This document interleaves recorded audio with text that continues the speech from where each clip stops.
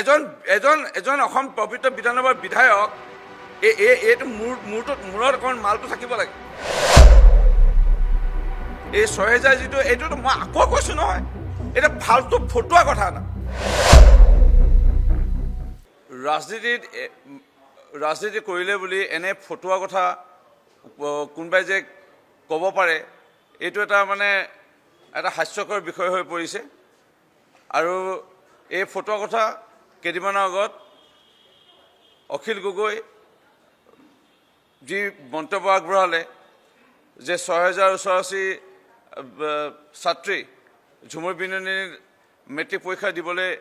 তেওঁলোকে নগৈ ঝুমুৰ বিননিৰ যোগদান কৰিলে বুলি, এইটো এটা ইমান ফটুৱা কথা ক'লে। অৰ্থাৎ ক'ৰবাত অখিল গগৈ মূৰত ধৰিছে যেন লাগিছে। ৰাজনীতিৰ নিচা হওক বা কিবা আৰু ডাঙৰ নেতা হোৱা কিবা সপোন এয়া চাগে মূৰত ধৰিছে যেন লাগিছে, আৰু সেইকাৰণে আবোল তাবোল বলকিব আৰম্ভ কৰিছে। আৰু তেওঁৰ য'তে থাকে, মই আগতো কৈছিলোঁ আজিও কৈছোঁ, তাতে সদায় গৃহকণ্ডল হওক আৰু মহাকণ্ডল হওক সদায় লগাই আহিছিল। আৰু তেওঁ য'তে আছে য'তে থাকিব সদায় মহাকণ্ডলৈ লগাব। শেহতীয়াকৈ বিৰোধীৰ যিটো বৈঠক হৈছিল তাতো মহাকণ্ডল লগোৱা মানুহজন অখিল গগৈ। আৰু বিধানসভাটো এতিয়া মহাকণ্ডল লগাই থকাব বিচাৰে। সদায় আজি আহি কোনো কথা বতৰা নাই, বিধানসভাত পলমকৈ আহিলে, আৰু খুব সুন্দৰভাৱে সন্মানীয় বিধায়কসকলৰ প্ৰশ্নৰ উত্তৰসমূহ, ইমান দিনৰ এটা আশা সপোন লৈ পেলাই বিধায়কসকল আহে আৰু মন্ত্ৰীসকলৰ পৰা সন্মানীয় মন্ত্ৰীসকলৰ পৰা উত্তৰ বিচাৰে। সেই মাজত আহি পেলাই তেওঁ লোকৰ লাৰু পিঠাৰে বিয়া পাতিবলৈ গৈ নিজৰ প্ৰশ্ন নাই, নিজৰ লিখিবলৈ মন নাই, নিজৰ কষ্ট কৰিবলৈ মন নাই, লোকৰ লাৰু পিঠাৰে তেওঁ বিয়া পাতিব বিচাৰি সদায় মহাকণ্ডল লগাব বিচাৰে আৰু বিধানসভাৰ পৰা খেদা খাইছে। বিধানসভাৰ পৰা আজি যেনেকৈ খেদা খালে, এই বিৰোধী ঐক্য মঞ্চৰ পৰাও খেদা খাব, শিৱসাগৰ সমষ্টিৰ পৰাও খেদা খাব। আমি এয়া মন্তব্য আগবঢ়াব বিচাৰিছোঁ। তিতাবৰ সমষ্টিৰ এজন পিতৃ ইমানেই আৱেগিক হৈছিল যে মোৰ ছোৱালী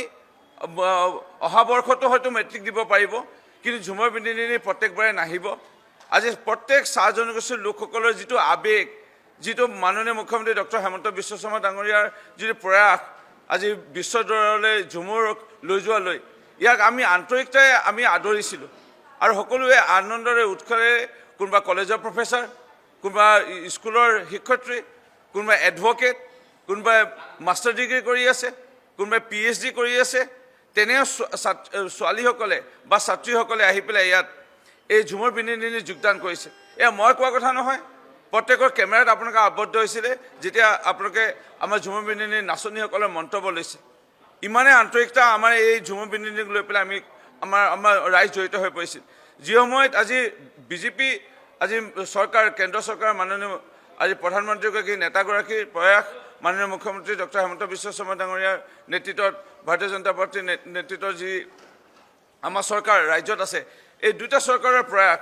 আজি চাহ জনগোষ্ঠী আদিবাসী লোকসকলৰ প্ৰথমবাৰৰ কাৰণে দেখা পালে ৮০ বছৰ স্বাধীনতা হ'বলৈ এই মুহূৰ্তত ৮০ বছৰলৈকে উপযুক্ত সন্মান আমি পোৱা নাছিলোঁ।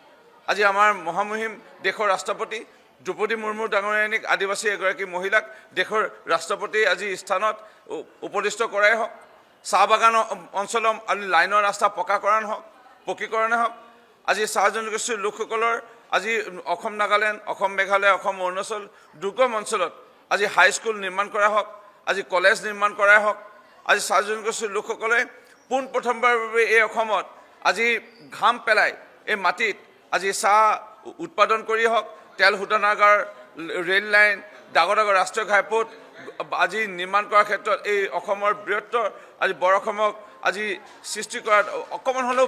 আজি কিঞ্চিত বৰঙণি আগবঢ়াইছে এই চাহ জনগোষ্ঠী আদিবাসী লোকসকলে অসমত যিটো অৱদান। কিন্তু পোনপ্ৰথমৰ বাবে APSCত যেতিয়া আজি এটকাও নোহোৱাকৈ চাকৰি দিয়াৰ ব্যৱস্থা গ্ৰহণ কৰিলে, আজি সমগ্ৰ অসমৰ লগতে মোৰ মৰিনী সমষ্টি মাচি তপনাই হওক, আজি হৰিচন ভূমি হওক, মাচি তপনাই 2021 চনত, হৰিচন ভূমি 2022 চনত আজি APSCত নিযুক্তি লাভ কৰিলে। আজি প্ৰকৃতাৰ্থত ভাৰতীয় জনতা পাৰ্টীৰ নেতৃত্বত এই চৰকাৰখনৰ কেন্দ্ৰ বা ৰাজ্য চৰকাৰৰ দিনত হাইস্কুল নিৰ্মাণ কৰা, কলেজ নিৰ্মাণ কৰা, ঝুমুৰ বিননি, মজুৰি বৃদ্ধি, আজি চাহ জনগোষ্ঠীৰ লোকসকলৰ এটাই জাতীয় উৎসৱ কৰম উৎসৱ। এই কৰম উৎসৱক আজি চৰকাৰৰ তৰফৰ পৰা যি আজি দৰমহা সহিতে বন্ধ দিয়াৰ ব্যৱস্থা গ্ৰহণ কৰিলে আচ্ছা হওক আশা হওক চাইকেল লৈ পথ অৱৰোধ কৰি আজি ৰাস্তাৰে আজি ধৰ্ণা প্ৰতিবাদ কিমান কৰিলে যে এদিনৰ আমাৰ যি জাতীয় উৎসৱ কৰম উৎসৱটো আমাক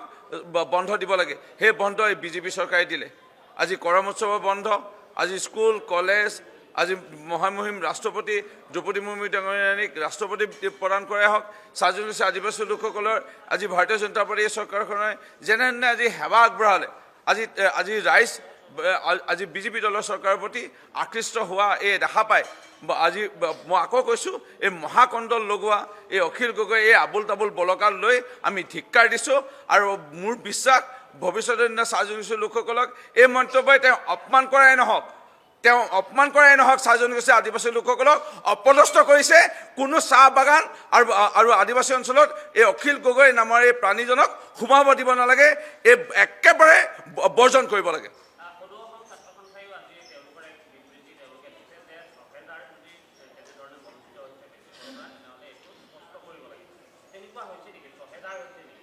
মই আকৌ ক'ব বিচাৰিছোঁ মই এজন বিধায়ক মই উইথ ৰেছপনচিবিলিটি মই দায়িত্ব সহকাৰে এই বক্তব্য অলপ আগত আপোনালোকৰ আগবঢ়ালোঁ সেৱাৰ পৰা তথ্য লোৱা হ'ল